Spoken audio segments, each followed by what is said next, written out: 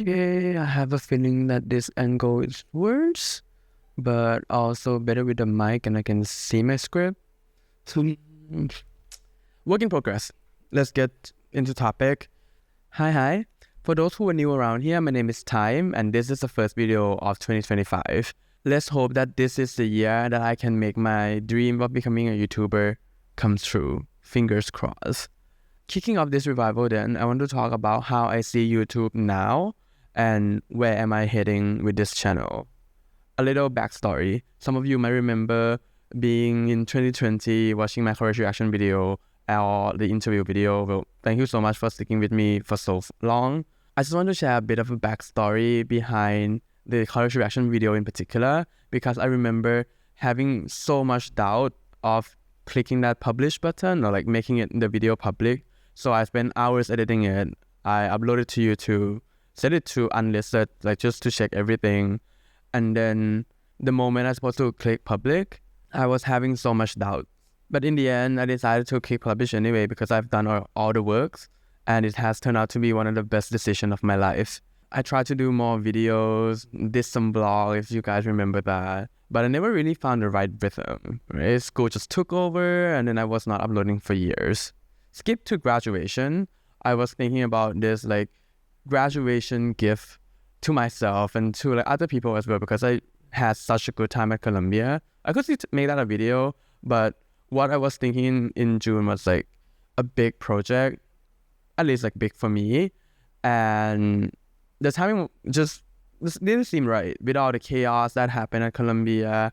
There's a lot of going on that I decided not to do it. I came back to Thailand, figuring out a lot of stuff, more on that on another video, but eventually I got a chance to be with myself during like the last year of 2024, like around the time where I was uploading or filming that previous video you probably have seen, mainly because I was sick. But in a sense, I got my mojo back.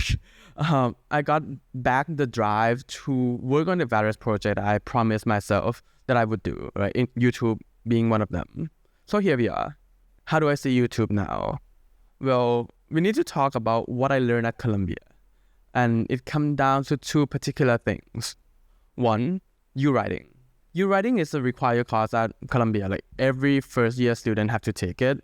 And it's not something unique. Every university, you have some kind of like an intro to academic university writing class. But what was mind-blowing for me was the mindset of writing. What I learned about writing in high school was that it's more like a presentation. Right? You did the research, you did like the processing, and then you came up with a conclusion that you present. But what I learned in U writing is much more free. Like writing can be a journey. Maybe your thesis changed midway through. Maybe your expectation turned out to be wrong, like totally flip on its sides, right?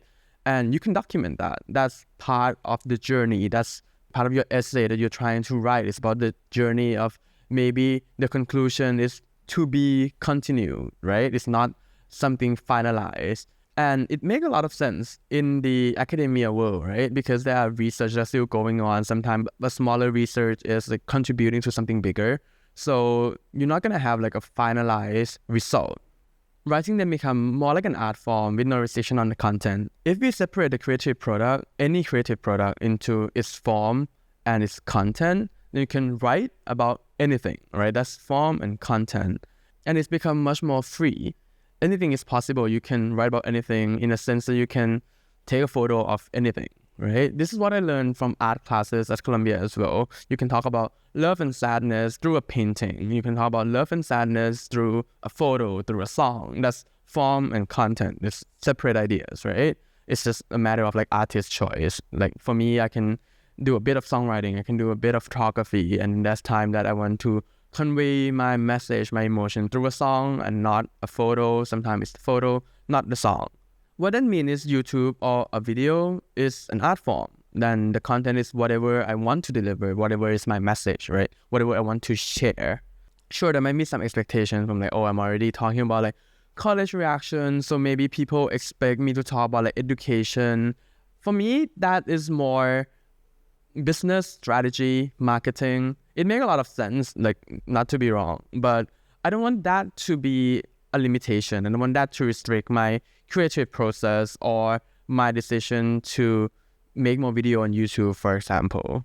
So the takeaway is YouTube is just a platform for me to talk and share. And as a talkative person, you can ask anybody about that. That's what I want to do. I want to share what I have in mind.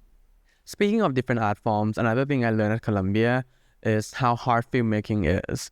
I took a course called Lab in Nonfiction Filmmaking. Shout out Suko, one of the best instructors I ever got in my life. In class, we end up talking a lot about directing and what does a director has in control. As a photographer, I know my ways around a camera, right? What effect does the slower shutter speed have? How can we use aperture control to separate the subject out, and etc. There's so much already with just the camera, with the visual. But think about a film. There's the visual, there's the audio, there's the acting, there's the mise-en-scène. There's just so much in your control, or so much you can think about that is crazy. I don't know how a director think and be aware of all those small little things. Like, I have so much more respect for a director or filmmaker after that course. What that means for YouTube and my direction is simply, honestly, I don't care. And the thing is, most people are not going to care. In fact, I have a feeling that most YouTubers are not really thinking of these small little things. Like, of course, there are some people who think about it. I'm sure, like, filmmaker-based YouTubers like Casey Neistat, for example, will probably be thinking a lot about, like, what certain shot does he want for an interview, for example. But on average, like for a podcast, you're not gonna get a deep analysis into like, oh, I choose this 2 shot instead of over the shoulder because it gives certain effect that I want. And sometimes like this editing becomes optimized for other things as well, right? Sometimes you shift from a 2 shot to do over the shoulder or to a close up, not because you're trying to evoke an emotion, but rather because like you're simply cutting on editing for the Gen Z short attention span. But the key part is we need to know what we are optimizing for, because we can't control everything, right? Maybe you can for like a masterpiece that is like $1 billion budget film. For me, what I'm prioritizing for, what I'm optimizing for is to share. I don't want like these small little things in combination with my perfectionism to be a big friction that stop me from sharing. That's why I say I don't care. I don't want to think about this small detail. Like, I don't want to think about like which background music is good. That's why like we're doing this over like silence. I'm just not that good to make those small things effortless, frankly speaking. In conclusion, I wish there's a youth 1004 introduction to YouTubing at Columbia that I could just like clickbait you with. I mean, I'm probably going to clickbait you with that. But anyways, regardless, I did learn a lot and I did change my mindset on YouTubing. I'm not going to be as perfect, especially compared to like film that people submit to like Cannes, but that's intentional. I want to share my thoughts, my random ideas I have from time to time. I don't want the fact that like the shutter speed is wrong, or we need to find the right music. What would be the thumbnail for this? I don't want those small things to limit my creativity and my urge to share on YouTube. That's how I'm taking this channel. I have a lot of ideas, a lot of random ideas that like initially it felt like, oh, this didn't feel right, including this video, right? Because like if I were to be so stuck upon, oh, people expect a college video about education, about like counseling, sure, there will be that. Like I can promise you that.